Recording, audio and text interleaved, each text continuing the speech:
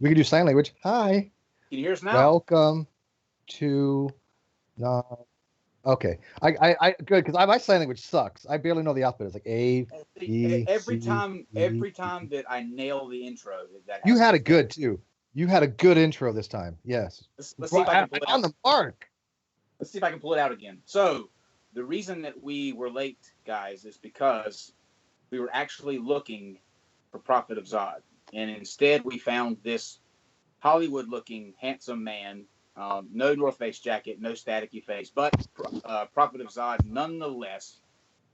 Welcome to NonSequitur. I'm Kyle Curtis with Steve McRae and Frankie, aka Silent Bob. People love the Silent Bob, Frankie, so I think you're stuck in that role. Steve, welcome back. Yeah, now I think my camera's frozen on their end. I don't know what's going on. Can you guys see me? Because he wasn't referring to me as the Hollywood-looking type, but I want to make sure that my camera's not frozen. You see? Okay, good, because my sign language is horrible. But hi, Zod. Hello. You look good. Well, thank you. Yeah, and thank you for joining us. We're going to have a really cool stream today, different from what we normally do. We're taking a break from the contention for a bit, and we're just going to have some fun. Don't worry, we'll be getting back to the contention this week. Speaking of which, actually, no, tomorrow we're going to have another fun stream too. Brilliant Doubt will be joining us tomorrow at 8 o'clock. We're going to go over the 10 things that people will be doing in heaven, which is a video that came out recently about the 10 things that Christians will be doing in heaven. One of them, believe it or not, was building their dream house. So we'll go into how that works tomorrow with Brilliant Doubt. Wednesday at 6:30. Kind of a weird schedule this week because we've got some interesting guests that we kind of had to fit their time frame in, so it won't be like the standard 8 o'clock. So Wednesday at 6:30, we have Reverend Brian Wolfmueller, who is a Lutheran reverend and a author, podcaster. He will be coming in to discuss free will. So it's one of my favorite subjects. So that will be Wednesday at 6:30. Then on Thursday at 12:30 p.m., that's right after lunch. Early for all of you UK viewers, this stream is for you. We will be joined by Dr. Hugh Ross and Felipe. I'm going to try my best not to massacre his last name, but it's Gojsovic. Sure, let's go with that. Yeah, he has a doctorate in astrophysics. Hugh Ross recently came out with his new book called The Cosmos and the Creator. So we'll be mentioning that a little bit. And then we're going to go into a discussion on the Big Bang. So how that kind of plays into his new book and what Dr. Felipe says. I'm just going to call him Dr. Felipe. I think that. Yeah. So we got Big Bang, free will. Oh, man, there's all these awesome topics. But it gets better because then on Friday we have a epic debate that's going to be taking place. I am stoked about this. We will be talking about the flood. And interestingly enough, it will not, I don't think it will center around did it happen. It will be more of a, was it a local or was it a global flood? But global in the sense of what the author meant in the text. And that will be between Robert Rowe, also known as General Han Solo from Sentinel Apologetics, and Dr. Joshua Bowen. He will be back with us. That will be a fantastic discussion on whether the flood happened. So that be sure you're here at 8:30 on Friday. So the schedule for you guys, if you need it, it's on nonsec.com/schedule. That's NONSEQ show.com/schedule. Okay. I am going to now turn it over to our dear prophet and let him introduce himself and what he's about and his channel, and then we'll dive right in. Sure. Yeah, I'm Phrophet of Zod. I usually look a little different, but hopefully you at least recognize me by my voice. I have a YouTube channel by the same name, and it's taken a lot of twists and turns, and it has a lot of variety. But in short, I just put out whatever message I think is important about religion and atheism and scientific thinking and argumentation, things like that. And I've taken a bit more of a turn toward animation recently, and started a series about God and Jesus and the Holy Spirit and stuff, which you can see some of the characters up on the corner of the screen. And so that's been keeping me pretty busy lately. It's a fantastic series too, and Prophet of Zod, probably one of the most beloved people in this community. I think when you bring up Prophet of Zod, everybody just goes crazy. You are We all take turns kneeling in front of him. You are well liked. Thank you. So Zod, tell us a little bit about you and how you got started. I know that there are some videos on your channel that kind of go into. There's one video where you're actually kind of going against your former pastor, which I thought was super interesting. So kind of take us through that and how you obviously went through religion and then wound up battling with your own pastor. Yeah, so I grew up Christian, Pentecostal, fundamentalist, all that stuff. And I just took it for granted for most of my life. But as I left high school, went into college, I started having the regular doubts that I think people start to have. And I tried stuffing it for a long time, and eventually I just couldn't ignore it and decided to slowly identify as and eventually come out as an atheist. And I think because of the fundamentalist nature of the environment I grew up in, I just saw a lot of the damage that can be done by it. And it became important to me to say something about it. And so I got started by my brother, actually. He has a now inactive channel called The Faith Check. And he had gotten me into the community, started to show me a few different YouTubers, including Non-Stamp Collector and a few of the earlier ones. And I started writing for him, and eventually he set me up with my own channel when he didn't have time to keep doing it. And so that's how I ended up in this position.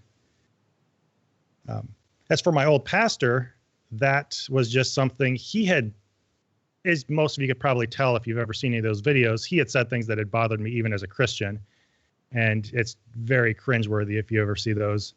And I find it manipulative to the point that, I don't know, it's extremely damaging what he says in front of his congregation and what he tries to get people to buy into, the mentality he feeds. So Do you like it's a little cathartic, at least, that you're able to like put out videos now and refute all that stuff that he's put out before?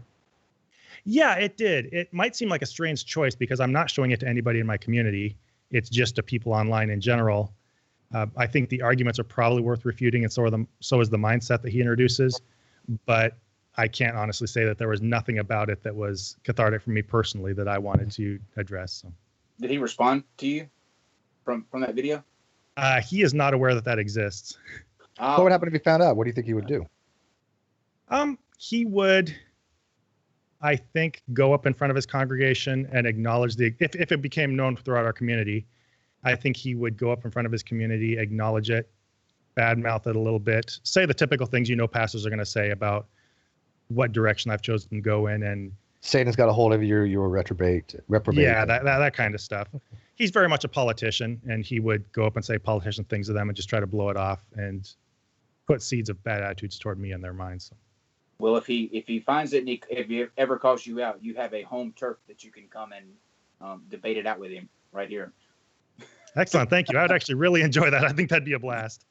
That'd be epic. I think he's wily enough not to do something like that.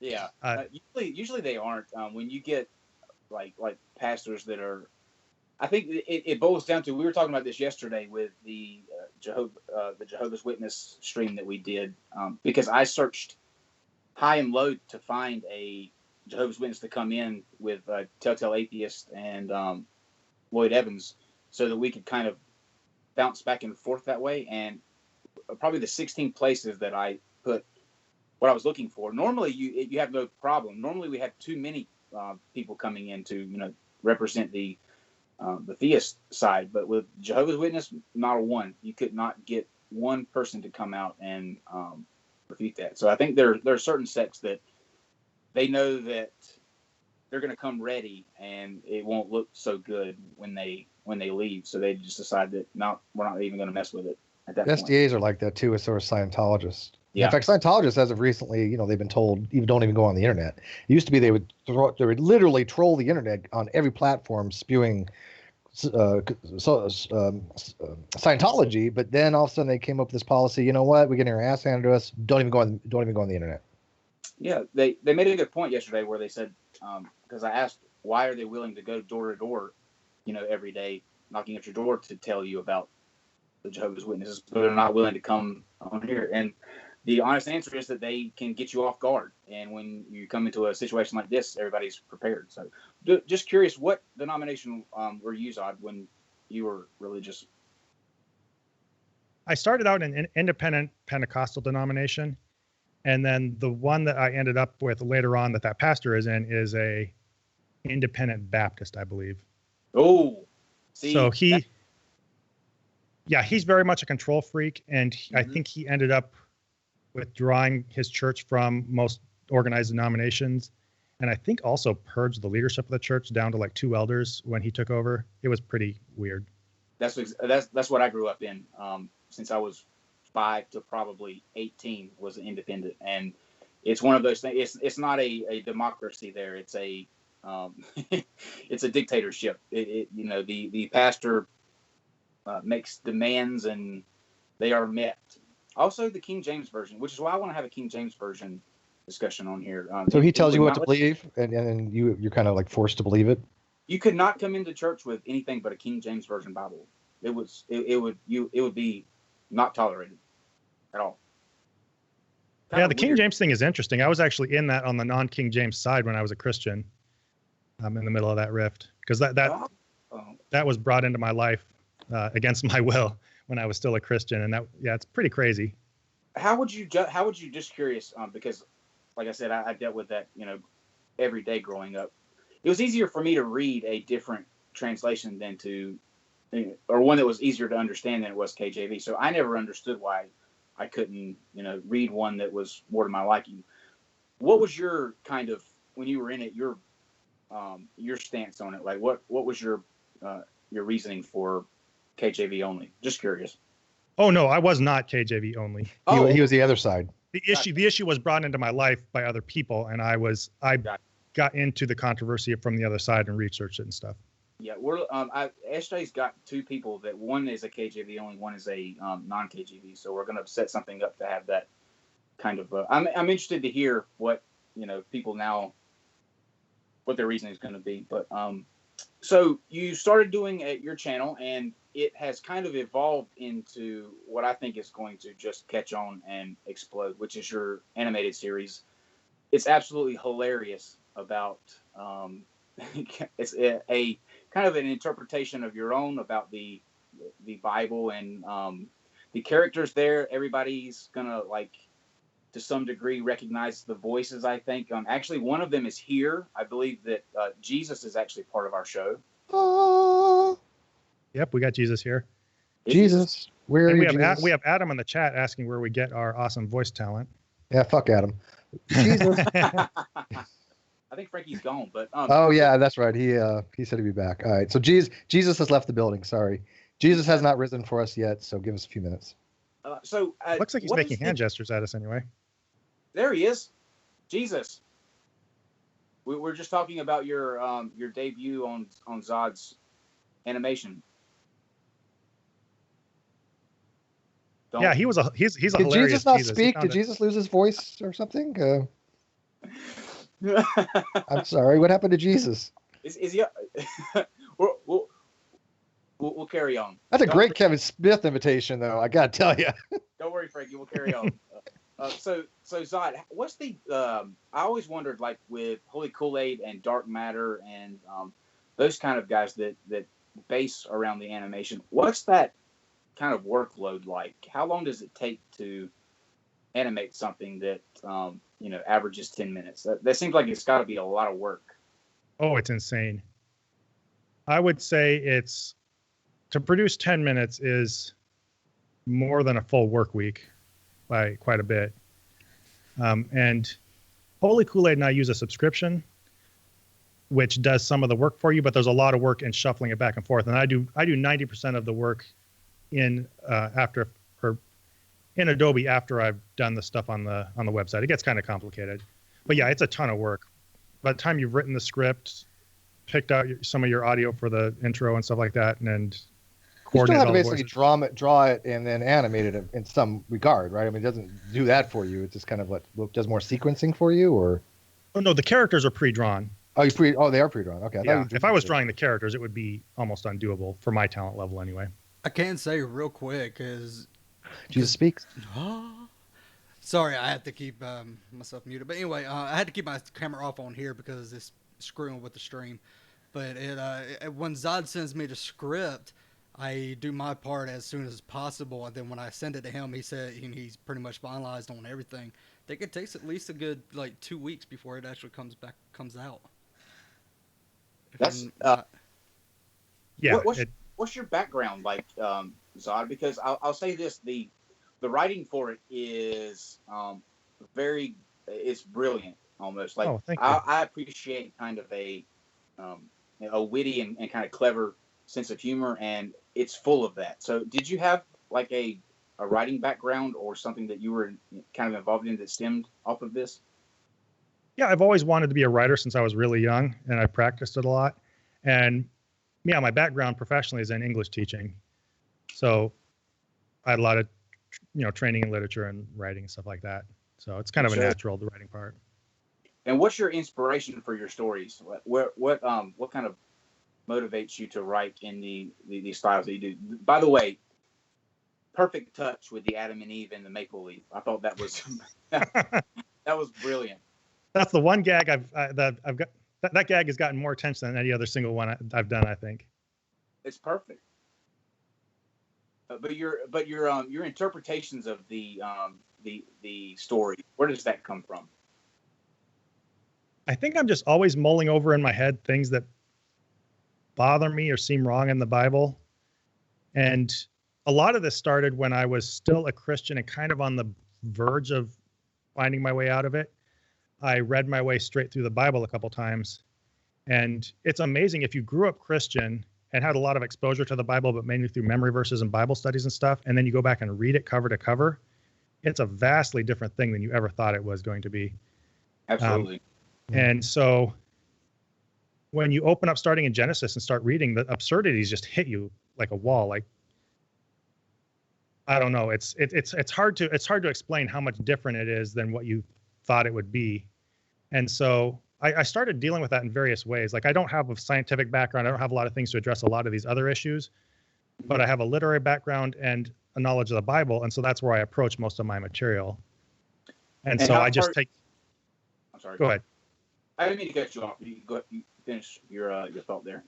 Oh, yeah. I was just going to say, so I just take all the little things I notice in the Bible, and instead of just expounding on it, I just write it into a script. I find that's the funniest way and the most compact way to make a lot of these points. And how far are you going to go? So he's got his main subs is Dark Matter 2525, of course. Yeah. Can I get crucified?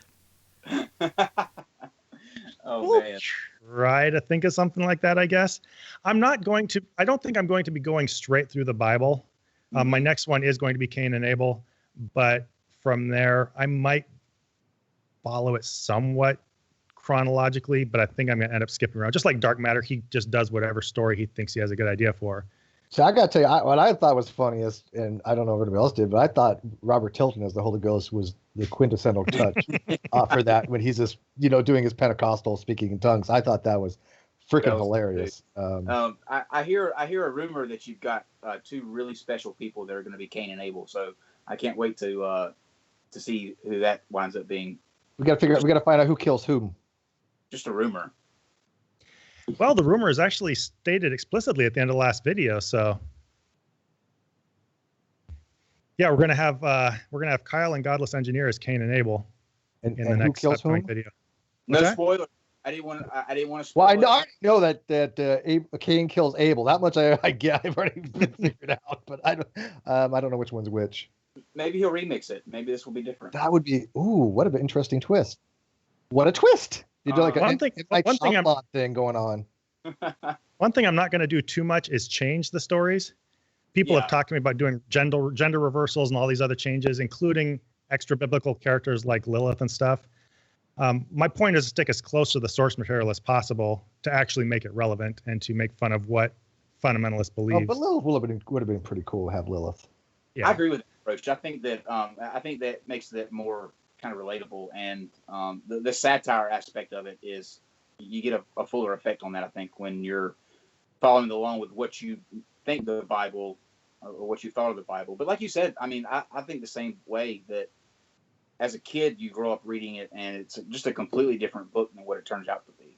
I remember the Atheist Experience was the first time that I actually heard the Bible in that kind of horrific truth way with Matt Dillahunty. You know, the slavery and the rape thing. When I was a Christian, I remember hearing that for the first time from Matt Dillahunty and thinking, no, there's no way that slavery and rape is in the Bible. And I'll be damned, slavery and rape is right there in the Bible. So that was kind of like a big wake up call. Do you think a lot of people growing up in the Christian faith kind of focus on like more the more positive type spin of the Bible, like the do unto others and live a good moralistic life, but they kind of don't really talk about the atrocities in the Old Testament as much?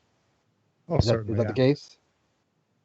Because I mean, I went to Bible study. I went in the mornings. I don't remember any half the shit that was brought up in the last couple of years that I've been exposed to. I don't remember any of that stuff. Nobody wants to talk about rape and slavery on the Sunday morning. That puts a damper for the Baptist lunch to follow. That's the thing about a Baptist. That's how you know you're in a Baptist church, by the way. When it gets to be 12 o'clock and you start seeing everybody looking at their watch and the preacher's still going, you know you're in a Baptist church. Because it's lunchtime. Well, I went to a Mormon church. It was 3 hours long. You had an hour of this and an hour of that and an hour of that. Then you hang around the parking lot and eat green Jello for another hour. Pentecostals get Muller run for their money. They what? Muller run? No, they give them a run for their money. Give them a run. Oh. I wasn't prepared. I feel like when you go to a Pentecostal church from a Baptist church, that whoever's taking you should like pre-warn you the kind of things that you're going to see, because I had never been to one, and I just went with a friend of mine. And when it got to the altar call, I've never seen an altar call last for an hour and a half. I mean, the end of the service was longer than the actual sermon, and I had people falling out all around me, and I was just sitting here like, what is going on here? See, I went to a Catholic church once, and I was really confused because it was like people were standing up, then they were sitting down, then they were standing up, and then they were sitting down. I didn't know what the hell to do. I really was clueless, and he had this big crucifixion cross thing that's Jesus staring down, watching people stand up and sit down. I was very confused. I had no idea in the world what the hell they were doing, and I still to this day don't get it. So the problem is it's all weird. So whenever you go to a new one, it looks weird to you too. Yeah. I'll tell you that I had one of my best friends growing up was an African American guy, and I went to his church with him one time, and that was probably the most fun I've ever had in church, just because of the music and the gospel singing. They know how to do it at his church. That was a lot of fun. But the Pentecostal church, that scared Jesus into me. When I left, I was like, I will never forsake you again, ever. Please just don't ever let that happen again. It's a lot more hellfire, brimstone. You're going to hell if you don't do this kind of thing. You can't get more hellfire and brimstone than Baptist. Yeah, I figure Baptist probably be up there. Pentecostal is more faith healing and speaking in tongues, right? Yeah, it's just a different element. Yeah, it depends on the church. Some Pentecostals are very hellfire as well. Okay, so now we're going to do something very exciting and something I've been looking forward to for several weeks now. I've kind of assembled the list of objects, normal, everyday objects in life that people have claimed can prove the existence of God. So we're going to go through them, and since Zod is a prophet, after all, we figured that he would be the best person to go through these and see if they're justifiable. So we're going to go through each one of these things that people say can prove the existence of God, and we're going to begin with something that I absolutely hate more than anything: math.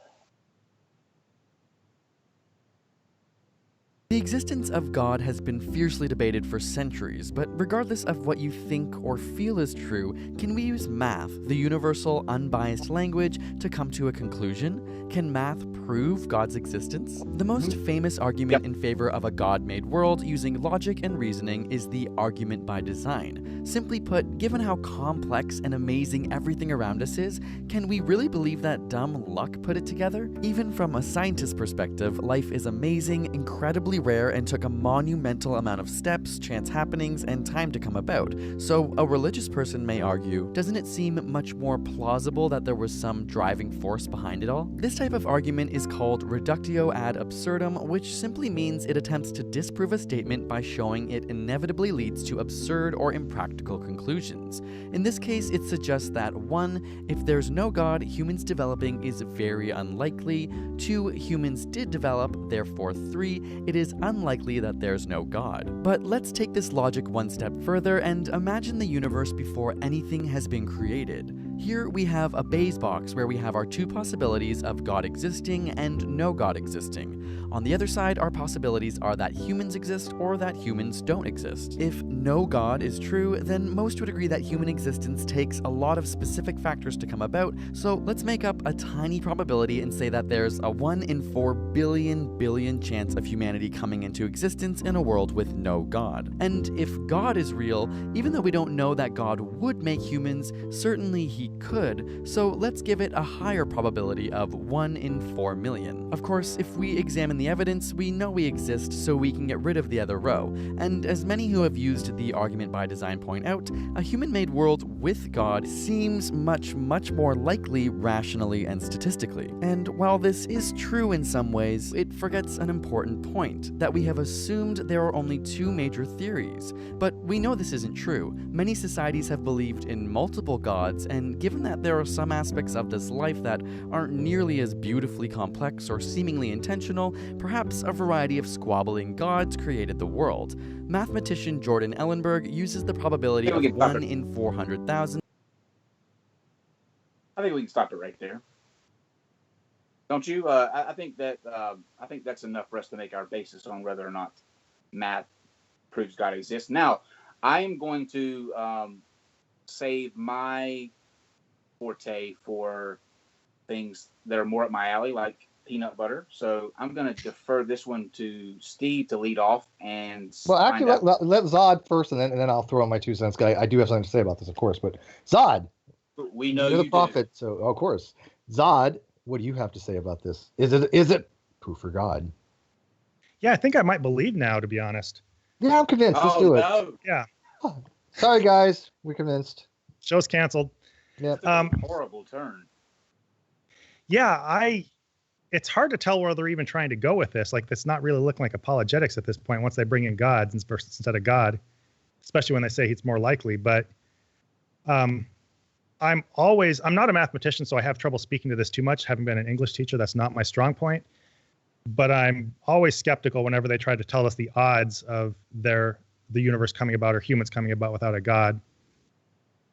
But this one just plain blows my mind. I can't even understand how they calculate 1 out of 4 million that God created the universe, or 1 out of 4,000 that gods did. That I'm curious if there's any basis for that whatsoever.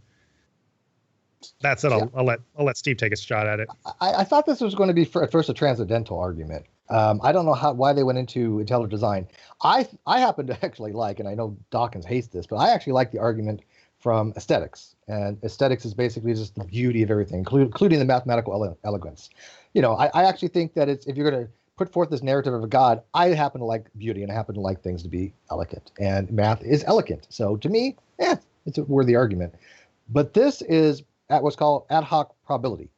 Basically, they're taking unknown variables and they're saying, we're going to stick this in, and they're going to say, based upon what we know, we have this assigning a value to it. It doesn't really work that way post hoc.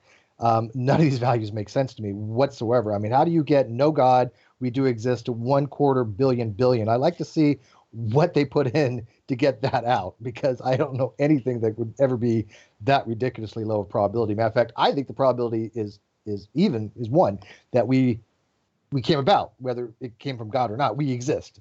So I think even biologically, the odds are really good, and I think that if we find life on other planets, we'll definitely confirm that. But yeah, this is just post hoc nonsense. Would finding life in other planets throw a wrench in their in Christianity? You think? I mean, doesn't that kind of? I think it would. I think it would bother a lot of people, especially if it was intelligent life. That would be almost devastating to a lot of people. Yeah, I would think that would kind of put a damper on things, because if God so loved the world, what about the other world? You know, what happened with their sins? They would have to say, well, they include them too, or they're screwed. That's an interesting question, I think. So I think they would adapt. There'd be some discomfort, but they'd adapt. You know what? You're right. They would absolutely find a loophole, and that's the beauty of that book, is that you can make it conform to any time frame, any year, any millennia. They can twist it around to make it work for now. So you're right. I think they would still get out of it. Joel Osteen would find a way to flash that pearly smile and convince us that it included aliens too. And Jim Baker would find a way for the aliens to buy buckets of food from them. We can't go one stream without Jim Baker. I'm going to mention him every stream. That's my go-to. Not one buckets of food. So I think we can safely say that math does not prove the existence of God. Yes? I think we're good on that one. Yeah, I think we're sound on that. Okay. Well, have you ever thought that when you're at the beach and you're either playing volleyball or you're swimming in the ocean, you get out, and one thing that you do when you're young is you build a sandcastle. But did you know that when you were building that sandcastle, you were also proving that God exists?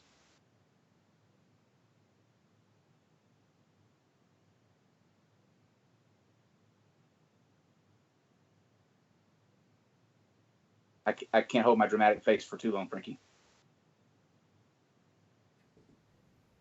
I think this is a video. They just need music. With sandcastles. So I want to share something really, really cool with you guys. This is Mark with Open Air Campaigners. And last summer, we were out evangelizing at the beach where we always go, and they were having this sandcastle competition. And it was really cool because master sculptors from all over had come and made these really amazing looking sand sculptures. So, and we were doing evangelism like right on the other side of the fence from it. It was like we were like right there. And so as we were doing our open air preaching and handing out gospel tracts, people would often ask us the same thing. Well, I don't know if there's a God. I don't know, I need some proof. I need some proof. Why should I believe in God? And like it hit me that these sandcastles are right here. And that's so helpful. So what I do is I did with the first person. I said, hey, let me ask you a question. Let's suppose that there were these crazy weather patterns that hit all over the world, beaches all over the globe, just like where we are here. Wind had just come up out of nowhere, and sand been tossed all over the place, and all after everything was done, when the sand settled, a beautiful sandcastle like this one showed up. And I'd point right at the sandcastle that's right there.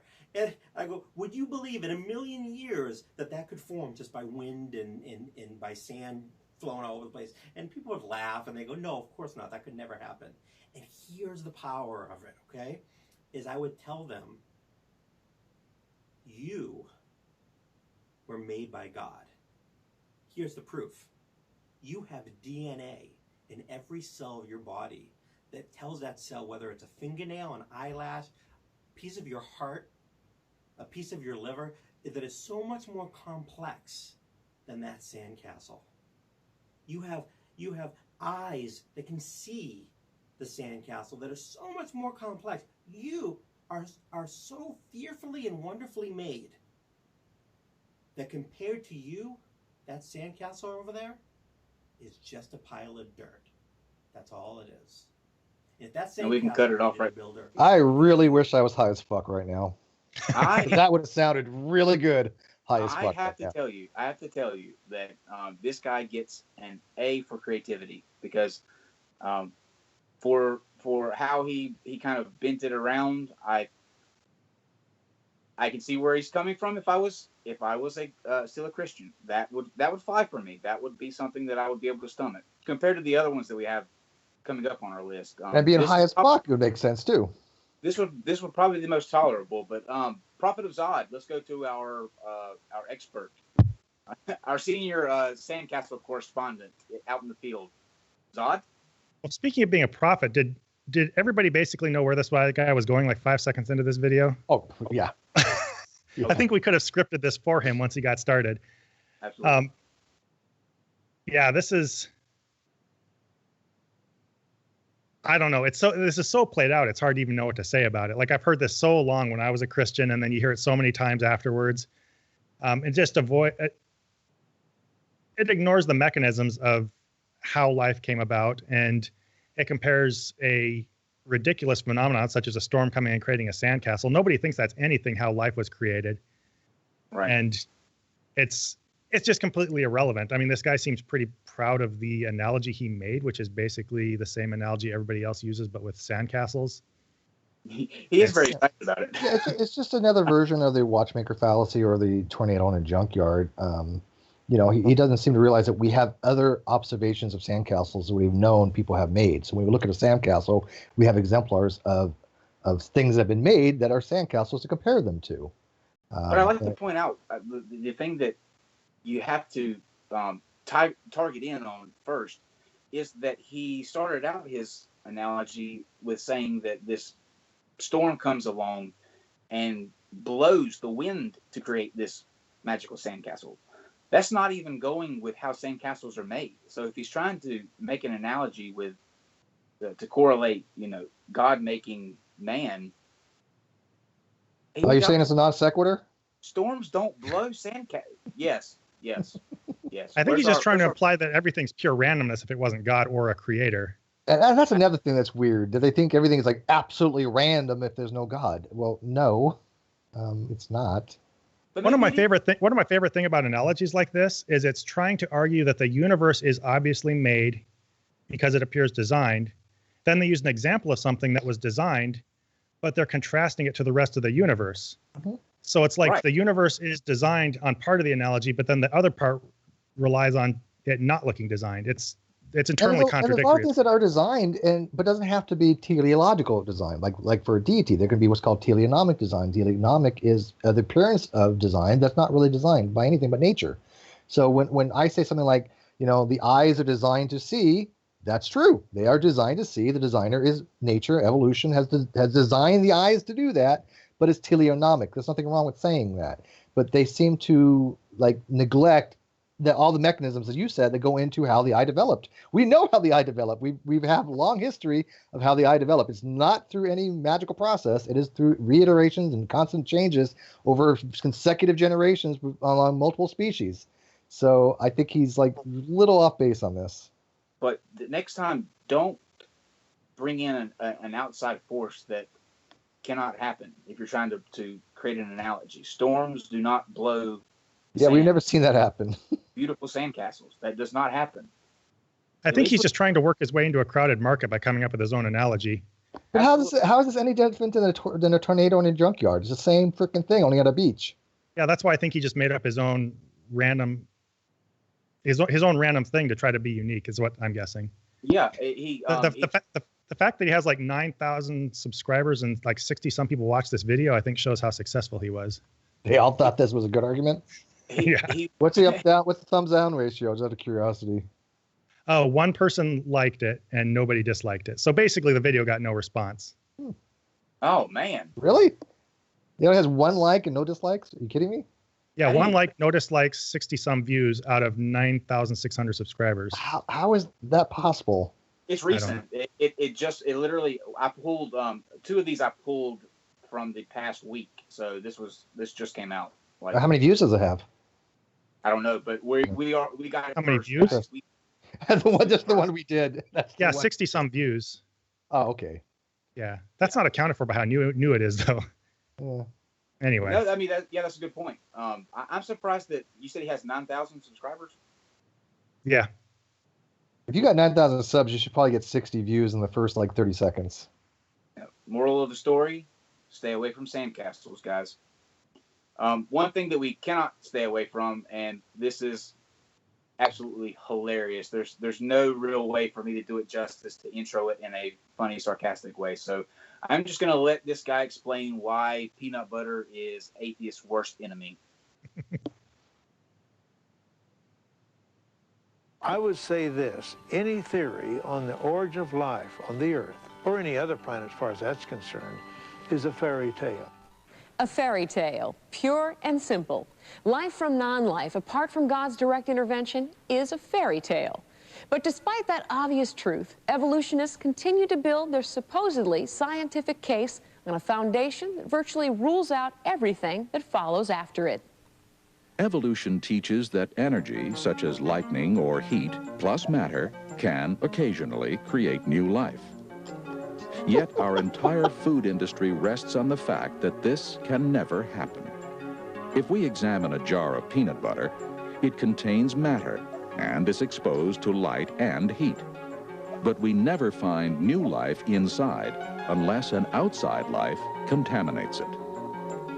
If the theory of evolution was viable, then I should occasionally, by subjecting this to energy, end up having new life. Now we go down to the store, and if I open this jar of peanut butter, maybe not often, but on some occasion, I should find new life inside. And so when we open the jar of peanut butter, we look in there, there's no new life. And aren't you glad? Okay. Oh God! Now, I love this. I love this guy. I do.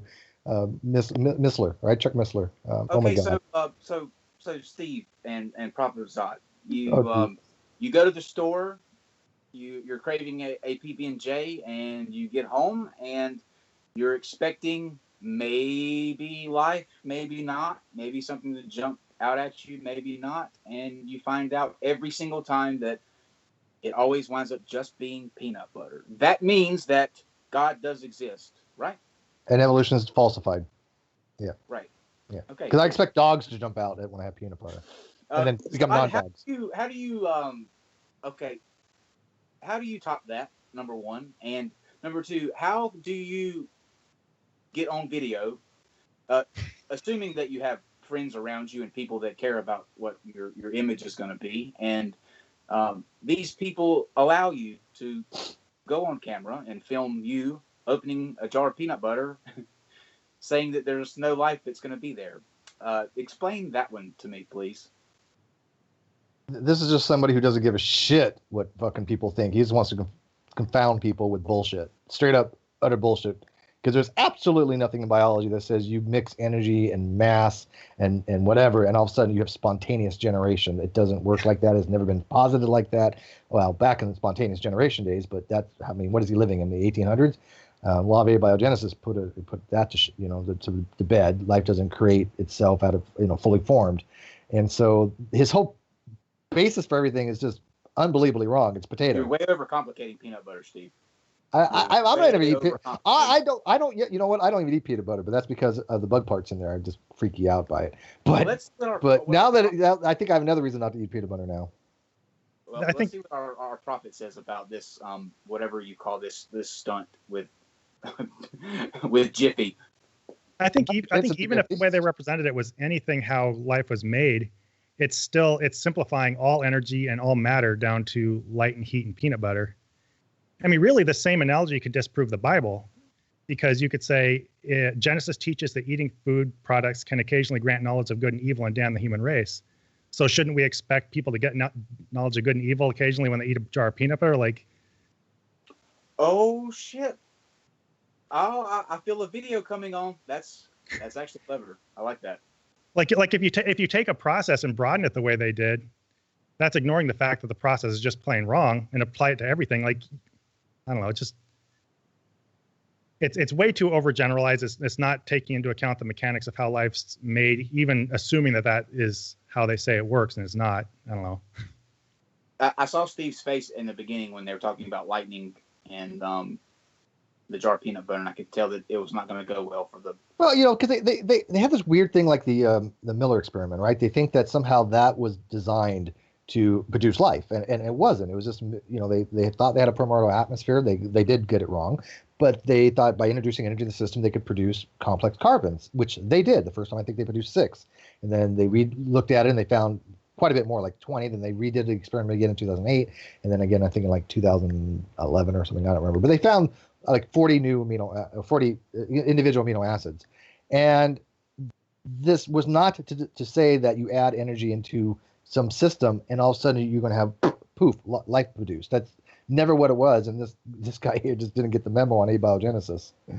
Well, the moral of the story, I think, guys, is next time that you go and buy peanut butter, always check it for life. We don't. Yeah, if it's got something crawling in it, you're not going to want it. Trust me. Well, one detail of this that somebody pointed out in the comments is the jar had already been, the seal had been broken on the jar. So somebody in the comments was suspecting that he had checked it before filming the video to make sure there was no life inside the peanut butter. That's epic, chat. And every time he checks it, no life. Oh wait, chat, life. That's now. rock, man. That's a good catch. That's hilarious. Kudos on you, whoever caught that. You know what? That's actually makes it that much more sad that he had to double check. He couldn't trust that the peanut butter wouldn't have life. Wouldn't that be funny though? If yeah, that would be hilarious. Unscrewed the cap and Mr. Peanut popped out. Maybe that would be proof that there is a God, because he would have a sense of humor. Okay, the next video is it's kind of lengthy, but I think that, Frankie, if we start it from like a minute in and just let it play for a little bit, you're going to kind of pick up the overall theme of what he's trying to say. I just want the kind of essence of how he is grouping everything to be what you take away from this. So I think we'll be okay if we start a little bit in and kind of catch it from there. The next few minutes, I'm going to show you why God has to exist. We can start by having you take a look at came into existence because of thing 4 and so on. Okay, now hold that thought for a moment and let's move from thinking about existence to the color red. Picture a red flower. Now there's a reason why that flower is red. The flower didn't have to be red. The flower could have been yellow, the flower could have been white, the flower could have been purple, but instead it's red. The redness of the flower came from something else that gave it its redness. If something didn't give the flower its redness, then the flower wouldn't have been red. Now the important thing to remember is that the flower itself is not the same thing as redness. Now it has redness, but it's not redness itself. Back to existence. Existence is kind of like the color red. Existence is something that the flower has, but the flower itself is not the same thing as existence. It only has existence because something else gave it existence. The flower wouldn't exist unless it got its existence from thing 2, and thing 2 wouldn't exist unless it got its existence from thing 3, and thing 3 wouldn't exist unless it got its existence from thing 4, and this goes on and on. This is not only true for the flower, but this is true for every single thing that you can see right now. All of the stuff that exists will eventually trace back all the way until we get to a final point that we can call the OE. No, not that OE. OE as in original existence.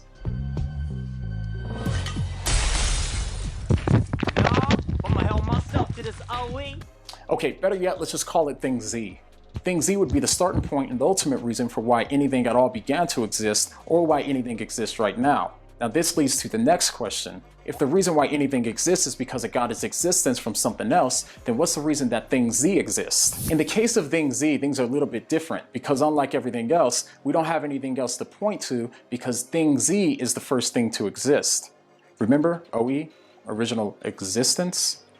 In other words, you can't point to something that doesn't exist in order to show why thing Z exists, because obviously that doesn't make any sense. Because thing Z didn't get its existence from anything else, then thing Z had to always have existed. So it would be impossible for anything to threaten its existence or to take it out of existence. In other words, thing Z is eternal. Thing Z would not have existence, thing Z would be existence. So what could thing Z be? Well, it can't be anything physical, because anything physical would have either began to exist or it's possible for it to stop existing at some point. And because it isn't physical, it also would have to be beyond physical space. Similarly, it would never have begun to exist, and therefore it would have to be beyond time as well. So in other words, thing Z would have to be an eternal, non-physical, uncaused creator that's responsible for the beginning of all time and all space, and also responsible for everything that did exist, everything that exists now, and everything that will exist in the future. Does thing Z sound like someone that you've heard about? Some people. I think and Steve, calm yourself, because I know that you're. I'm going to be playing with my tits just to calm them right now. We're going to go to. I'm calming my tits. Prophet of Zod. Can I do this on camera and not get demonetized? Oh wait, not demonetized. Fuck it. That made my brain hurt the first time that I listened to it, and it did the same thing this time. So I have nothing to say about it because I couldn't understand a thing. So many things wrong. So I think he's trying to disorient us into submission, basically. He almost did. But try to scramble through his nonsense. And Zod, do you want to give it a shot? Because I can, but I'd like you to give it a shot first because there's just so much to unpack there. Well, this is basically it sounds like a first cause argument, and it's just essentially saying everything needs a cause, but then defining God as not needing one, therefore God doesn't need one. It's, if you're to boil it down, that's what that is. And then he throws that random thing about a flower having redness and where did the redness come from? And that just seemed like, I don't know if he was just brainstorming and he just decided to throw it in because it occurred to him, and even though it didn't make any sense, but it was a weird juxtaposition because he started off with, I think he was trying to talk about universals and Platonic realism, because what Platonic realism says is that there's these actual colors that exist in some realm, and universals are meaning like red is a universal. And so if I'm looking at something red and you're looking at something red, we're looking at the same red that's existing somewhere. We're just seeing a different thing of red in the same, the same property, right? And there's something called, this is weird, but there's something called the necessity property. And it's weird for the English language, but what it is you add any S to anything, you get a property. To any noun. Chairness, Zod-ness, redness, right? So these become properties. And so does the letter A have an anus? Anus. Yeah, exactly. Anus. That's a real thing. It's called a necessity property or principle. It's in the English language, but I don't think red colors exist. I'm a color realist. I don't think colors exist. I think they're a phenomenon in your brain. But how does that relate to an ontological argument to the first cause, the uncaused cause, the unmoved mover? I don't know how they relate it. You'd have to find somebody who actually knows really deep ontological philosophy here, because I am lost on that one. Did you say color realist? I'm a color irrealist. That's a thing. Yeah. You have too much time on your hands, sir. I don't think colors exist. I'm sorry. The color blue, red doesn't exist. Mind? No, it's a phenomenon in the brain. Your brain sees the color, but that color has no reality in reality. It has no existence. You need to get out. You've gone off the deep end. Okay. It's not even that controversial. I think most people I know probably a color realist. I don't think most people believe that colors don't exist. If they thought about it, they would. Colors exist. This guy's trying to relate the color red to God, and you're criticizing my realism. I think the only thing that sticks out about this guy is just how many extra confounding terms he added to this thing. Like, he could have said this without saying thing 1, thing 2, thing 3, color red. Well, I think he's trying to go for a causal chain, and the problem with that is, in a causal chain, you still have the Munchausen trilemma, which is 3 things you end up with: infinite regress, axiomatic assumption, or pains of circularity. He's trying to say, well, there is no infinite regress because God is the first cause. So God is what moved something originally. That's why he's called the prime mover, the uncaused cause. The thing I have an issue with that is that I don't have a problem with infinite regress. There's nothing to me illogical about infinite regress. And you're still going to have some problem later on the line, because now you're positing a special pleading here. You're saying, okay, everything has a cause except this one thing that I'm going to call the uncaused cause. That to me is special pleading. But if somebody wants to argue otherwise, that's fine. But I don't know how it's not special pleading. All his argument can really prove is that somewhere our intuition about how causation works breaks down, and saying that it has to be God is just a huge leap. The live chat's not understanding the color realism thing. I'm more concerned. I'm no longer concerned about proving God's existence more than I am your lack of belief in color. Now, look, we all get that you're agnostic, and don't confuse the phenomenon with the way about that. But this is serious, Steve. The phenomenon itself is in the brain. Now, we can say that a certain frequency is a color range. We can attribute a qualitative thing to color. But the phenomenon that we see, that we imagine in our brain, that we each have an individual thing of, that we all call red, that phenomenon is literally only in the brain. There comes a point where philosophers try to parse something. I don't think it's that weird. I think it's actually parsable. Normal to me. Christians, if you're watching, please pray for this man. That I no longer go look into it, people. Color or realism? Go. If he finds atheism, please let him find color. Just let him find color. I could see this being a good way to break down and think about what color is when you're seeing it and stuff like that. I don't feel really compelled to come to a conclusion about it, though. That's just me. But this guy's trying to posit. Thank you. There's no reason. This guy's positing that it's Platonic realism. There are some things that you don't need a counter to, like I don't believe in plastic. This is essentially the same thing. Plastic doesn't exist to me. Well, plastic exists to me. Plastic's not a phenomenon. Just plastic, like color. I'm around plastic all day color, long. But color is a phenomenon. That's a big difference. Say that plastic doesn't exist will be the same thing as me saying color doesn't exist. Well, it really blows his mind when I tell him I don't think triangles exist either. When you see, now you're just being I'm not. I am serious. Triangles don't exist in reality. Okay, look, you're making an arc, Steve, where you have a philosophical angle about you that people, kind of respect you on about your way of knowing things in philosophy. But when you start saying that colors and triangles don't exist, people I'm begin telling to think you, get a philosopher they'll probably agree with me. A triangle. I don't believe there's an archetype. I don't believe there's a Platonic form, right? But look at every triangle we have is only a representation of an ideal triangle. You can never have a perfect triangle in Euclidean space, a non-Euclidean space. You can't have it. So therefore, in non-Euclidean space, there's no such thing as a perfect triangle, and you're always going to have iterations in the actual shape. So to me, a triangle doesn't exist. You're sounding like flat earthers right now. I just want you to know you're sounding like. This is not I think there is something very real in what you're saying when you say that, and I think it's a good way to help understand how we use the phrase or the word triangle, and how it's applied to real life versus an actual ideal. But yeah, I can see how it seems weird to people when it's just made as a definitive statement like that. Right. Yeah. I mean, I don't expect a lot of people to grasp, to get those concepts right away. But universals is a weird concept too. That's what this guy's trying to posit. I think that red is a universal. I don't think universals exist. I don't think Platonic realism makes any sense to me. I don't think there's some reality out there where just color red exists and we're all looking at the same red. Pray for him. Right. That's mistaking the way you process realities that you observe for something that has to exist out somewhere. Yeah. I mean, are you a Platonic realist? Me? Yeah. Oh no, absolutely not. Yeah. Okay. I mean, I am a realist, but not a Platonic realist. I don't find idealism to make that much sense because I think reality exists whether I'm here or not. Yeah, I was trying to explain a reason why I don't think Platonic reality exists, which is when you see things, your mind tends to categorize them into certain things, whether it's a triangle or red or something like that, and you're projecting that categorization process in your own mind into something that has to exist in reality. Mm-hmm. Yeah, there are some people that are changing their minds in the live chat now. Thank you very much.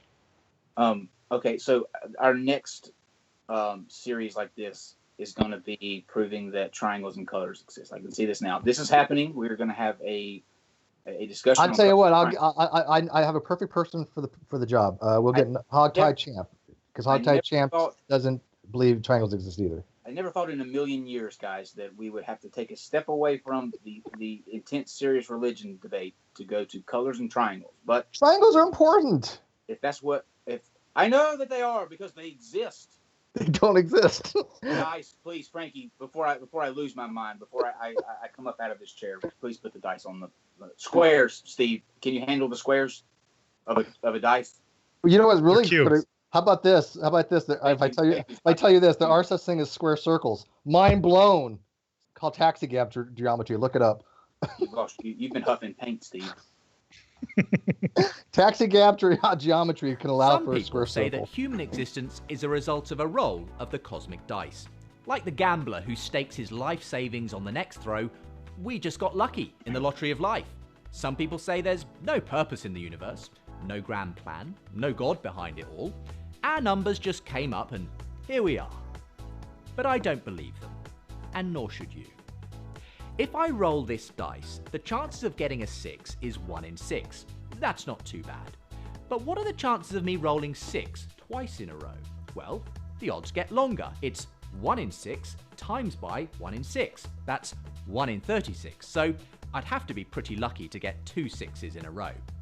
Now, every time I add the chances of rolling another 6 in a row, the odds go up exponentially, and it gets even more unlikely.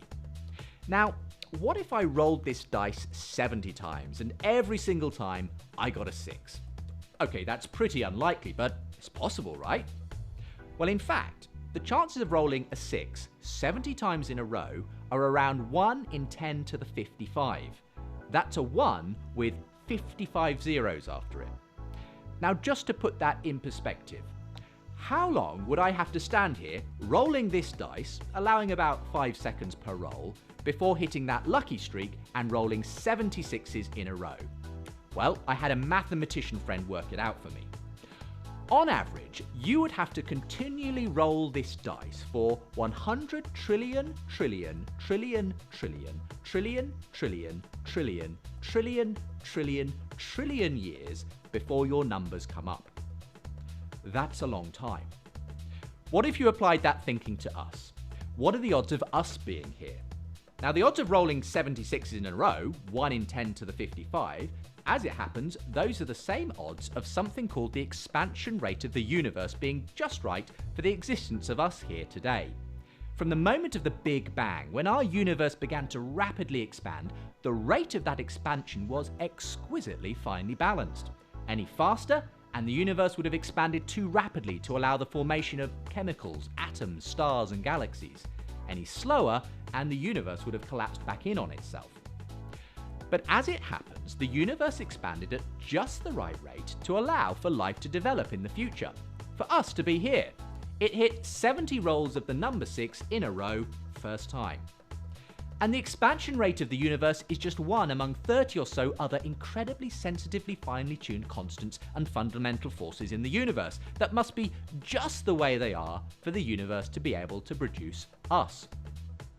So let's imagine, if I went ahead and rolled this dice 70 times, and what do you know, every time it came up 6. No waiting for trillions upon trillions of years, first time. Beginner's luck? Hardly. You would assume that I must have rigged it. Maybe the dice are loaded, maybe there are 6s on every side. It can't be chance. Now let me ask you, why would we assume that this universe... Okay, before we go into this this example, Steve, I'd like to go through a quick exercise with you real quick. Okay, behind me is an object. Can you see that object? It looks like a piece of paper folded into a not perfect triangle. What was that last word? Not perfect triangle. Okay, cool. Okay. Just checking. Because triangles don't exist. That's a reference to a triangle. It's something that looks like a triangle, but not a triangle. I was just checking to see the just how cuckoo but we you call are. it a triangle because it's simple. You're not without saving. I promise you. I won't give up on you, buddy. I promise. Okay. Phrophet of Zod, with the cubes, I'm gonna. It's safe to say that we all agree that cubes do exist, right? Before we go any further, we are all in agreement that cubes exist, right? I will say that there are objects that we approximate as having the shape of cubes. I'm gonna go with that. That's my way of saying I'm ready to move on to the video. I'm with you, Zod. Go ahead. Boy, this is a lot more of the same as that previous one about math, I think, which is just more talking about the odds. This one abuses it further, I think, by introducing the time you need to roll 6-sided die as if that's relevant. I don't know. My problem with this is I don't know much about the science of how the universe came about and what necessarily had to happen for the universe to expand just right without collapsing back on itself and all that stuff. I don't know that we can be expected to conclude that it was random, like that there wasn't some guiding force that made it be exactly what it was. I don't know. This gets complicated, but I don't at all buy into the assumption that it had to be random, therefore there has to be God. Yeah, I don't see the random. Now, I will go so far to say that he is probably right about the universal expansion. the initial cosmic inflation period, which was very, very early on, and that was only designed or thought of to try to overcome what's called the cosmic horizon problem. But inflation happened very rapidly, and yes, if any difference back then, if there was something to change, it would have catastrophic events for us now because of the time has passed. So any strange thing that have happened back then that changed the constants, we would have had much different results here. That I agree with. However, when you roll a dice, like I roll a dice and it's 1 out of 6, right? When I roll it again, what's the odds of that coming up again? Of 6. What's the odds?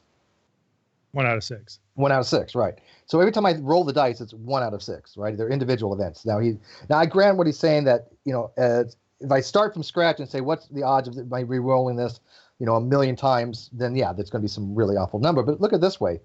When you have a deck of cards, right? You have 52 cards. And if I were to shuffle them and I would just spread them face up on a table, okay? What is the odds of that pattern coming out the way it did? It's 52 factorial, which is like 8 times 10 to the 67th power. Huge numbers, like I don't know, 8 Unvigtillion something or other. It's a god-awfully high number, but it happened, right? So even if you granted him all this, shit that has a very low probability happens all the freaking time. And we have no idea how many other universes out there that didn't work. I mean, so I think all in all, it's a failed argument. But I do agree that most of the constants are somewhat fine-tuned. I think there's a small parameter that could have been changed. But if you really want to dive into this, I'd recommend go watch the debate that Dr. Alex Malpass had with Jack Barnes, I believe his name was, an astrophysicist. And he really gets into... And I've since learned that when you really look at the evidence, the truth is it takes more faith to be an atheist than it does to believe in God. You've really got to ignore the facts. It's funny how we equate the word atheism with intellectual, when it's the exact opposite. That's right. Kirk, I have an intellectually stimulating theory. It's my theory of where the soda can may have come from. Billions of years ago, there was a big bang in space. Nobody knows what caused the big bang. It just happened. And from this bang issued this huge rock. On top of the rock was found a sweet, brown, bubbly substance. And over millions of years, aluminum crept up the side, formed itself in a can, then a lid, and then a tab. And then millions of years later, red paint, blue paint, white paint fell from the sky and formed itself into the words, 12 fluid ounces, do not litter. You're saying, what are you doing? You're insulting my intellect. And so I am. Because we know if the can is made, there must be a maker. If it's designed, there must be a designer. To believe the soda can happened by chance is to move into an intellectual free zone. It's to have an echo when you think. It's to have brain liposuction. Hold this, Kirk. Behold the atheist's nightmare. Now, if you study a well-made banana, you'll find on the far side there are 3 ridges. On the close side, 2 ridges. If you get your hand ready to grip a banana, you'll find on the far side there are 3 grooves, on the close side 2 grooves. The banana and the hand are perfectly made one for the other. You'll find the maker of the banana, Almighty God, has made it with a non-slip surface. It has outward indicators of inward contents: green, too early; yellow, just right; black, too late. Now, if you go to the top of the banana, you'll find, as with the soda can makers, they placed a tab at the top. So God has placed a tab at the top. When you pull the tab, the contents don't squirt in your face. You'll find the wrapper, which is biodegradable, has perforations. Notice how gracefully it sits over the human hand. Notice it has a point at the top for ease of entry. It's just the right shape for the human mouth. It's chewy, easy to digest, and it's even curved toward the face to make the whole process so much easier. Seriously, Kirk, the whole of creation testifies to the genius of God's creative hand. It absolutely does. You think of the human eye. It has 40,000 nerve endings and focusing muscles that move more. I swear I thought I saw Kurt lose it for a second when he was talking about squirting in his face. Yeah, squirting in your face and pitching in your mouth and easy entry. Examples. Come on. Ray. Come on, Ray. Look, this is okay. I see where you're coming from, Ray. Like this is a good angle, Ray. But this is going to go very, very, very bad for you one day, Ray. Let's use apple, Ray. Use an orange, Ray. Phrophet of Zod. What say you about the greatest blunder in history? I would say. It's hard to say even what more can be said about this. It's a classic. You know, the weirdest part is that other species, other primates, they actually open a banana from the other end. They actually pinch the bottom and then they pull it apart. Hmm. And actually, I tried it. It actually works. It actually doesn't smush it. So if you ever really get a chance, get a banana, instead of pulling it and breaking it and smushing it, take it from the bottom and just kind of pinch it and pull it apart. And it won't squirt on your face either. Unless you like things squirting in your face, then do what you got to do. Didn't Ray try saying this was meant as comedy later on? I think so, but to try to save face, because it's hard to, like, in all seriousness, it's hard to believe that you would write that and be able to say that and not know the how that's going to be interpreted. Like, there's so much innuendo in there, though. I mean, I just think that he had to, like, either purposefully or subconsciously something's going on. To me, it's inconceivable to think that. Yeah, I agree. You would be able to write that, and surely he had to show people this. Like, there had to be somebody that he answered to or said, "Look, this is the script that I've got written out," and it's just shocking to me that no one said, "You know what? This is not going to be a good idea. Let's go with grapes, or let's go with." And he held it so gently in his hand too. I mean, he knew how to hold that banana. Oh, he's a pro. Yeah, a pro. Go ahead, Zod. Oh, this fits into a conspiracy theory I have about Ray, which is that he, like most apologists, he panders to Christians, but I think he's trying to play up a role for atheists as well. Like, I think he's trying to play both sides of the market. So I think he tries to be funny and outrageous for atheists to get us to watch his stuff and comment on it. Interesting. Now that's, you know what? I can get behind that, actually. For this and other reasons, he has like an almost in-your-face stupid way about him, and says things that are outrageous almost on purpose. Especially when you see the way he tried courting the Bible Reloaded. I think he's trying to get get atheists to give him views and likes and buy things. That's my personal opinion about it. And I think that would account for the whole banana thing, including the innuendo. That's interesting. I've never thought about that, but I didn't either. I'll give you that one. I think that might have some merit to it. You know what? That's probably, look, when you're in that area and like that aspect of being a theist, I think that the money that you get in from one side and the attention that you get from the other is a recipe for just creating these types that would think about something like that. I mean, it takes a twisted person to get on a Christian show and talk about groping and throating a banana. I mean, and knowing that going into it that you're doing it for this reason, I think is pretty telling to Ray Comfort's character. Big time. Just start watching all his promos and his material with this in mind, and I think you'll start to see it. Well, he sells all his stuff out of the back of his house. That's where his warehouse is. His house. He has like a crew back there that actually gets the orders and ships it out from his house. I watched him in Thunderfoot, where they're sitting outside in that car parking lot. You know, for some reason these two chairs appeared, and they're sitting in this parking lot having a discussion. And I think you're right. Now that I think about it, the more that I think about that conversation, it's almost like Ray knew what to say to the answers that Thunderfoot was given, but completely going in a totally ridiculous direction. And, you know, like one that you wouldn't expect if he was being serious that he would go in, because they're just nonsensical. Yeah, like he has to know enough about evolution to at least give better answers than he does in some of these conversations. Oh yeah, and that's why I think, you know, behind closed doors, I wonder what these people say.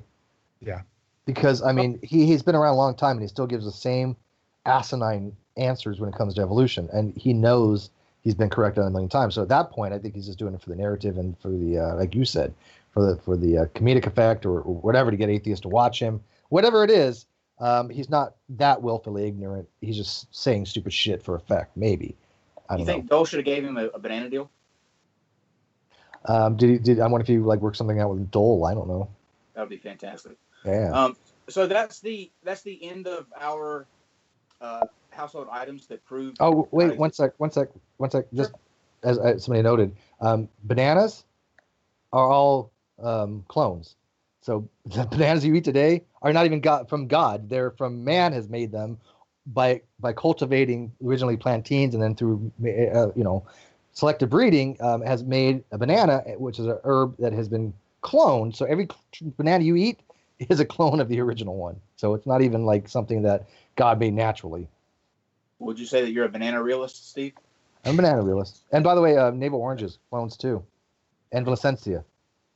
Just checking. Good to know. Like I said, buddy, we're not gonna give up on you. So down with triangles. There are more household things that people have put forth that they say prove God's existence. You can go to one of the best videos, and I didn't include this on the list because I think that Godless Cranian does a genius job of deconstructing it. But when you can go to his channel and watch the hand, hairbrush, and a lighter prove that God exists, it's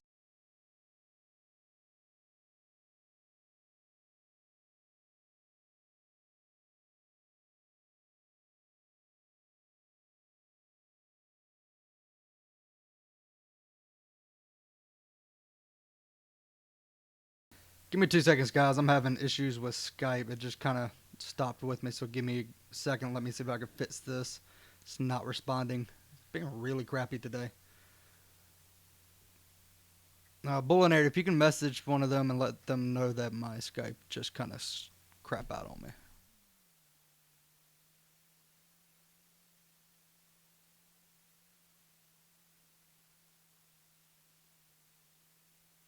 Two seconds while I fix this issue.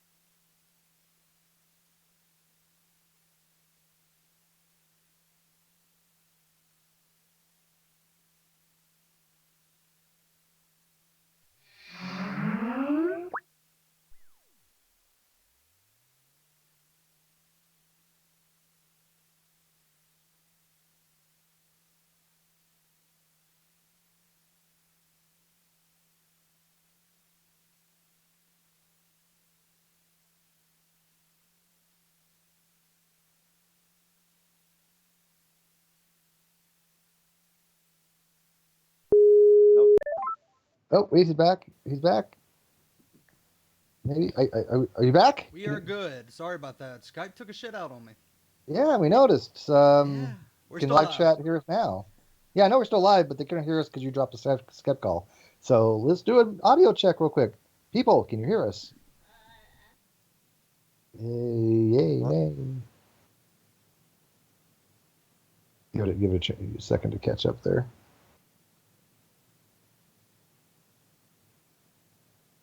Oh, they hear something, I think. Oh, yep, guess we're back. All right, yay. all right. So as I was saying before we cut off, we have agreed that Steve does now believe in colors. We had a little talk about triangles. He is now in agreement that triangles do exist. I hate that you guys didn't get to hear that part. That was crucial. But you know, What happens off air stays off air. Oh wait, we were kind of on air, just not on Skype. So when I think when we left, we were going to get Phrophet of Zod's life philosophy or motto.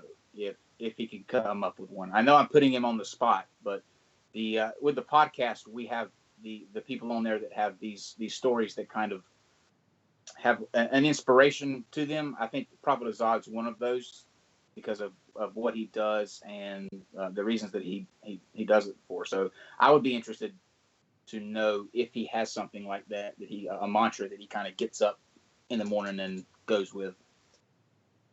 Okay, so I can't think of like a concise or cleverly worded thing or anything like that. Sure. But if I were to sum up what I live by, it would just be decent to other people and pursue truth. I think those are two very important things, and that's what I live by. So I don't think you can beat that. I think that's probably the best way to go through life. Mine is to be the guy when your feet hit the floor in the morning, the devil says, "Oh shit, he's awake." Steve's is colors one day, triangles tomorrow. Triangles are a lie. Nasty lies to you. Well, Prophet of Zod, I'm going to give you the last word. Once again, thank you for coming on, and plug your channel. Tell everybody where they can go to find you, the next installment of the series that you have coming up, any announcements like that, and that'll take us home. Join us tomorrow, guys, with Brilliant Doubt at 8 o'clock, where we'll be doing the fun things that you're going to be doing in heaven when you get there, for those of you who are lucky to get there. And I'm pretty sure, Frankie, that's not you, definitely. So, Prophet of Zod, take it away, and thank you once again for joining us on the NonSequitur Show. Yeah, thank you. I would just say you can find me at Phrophet of Zod on YouTube. You can look me up on Twitter and Facebook as well. As far as immediate plans, I'm working on my next cartoon, a couple other little videos.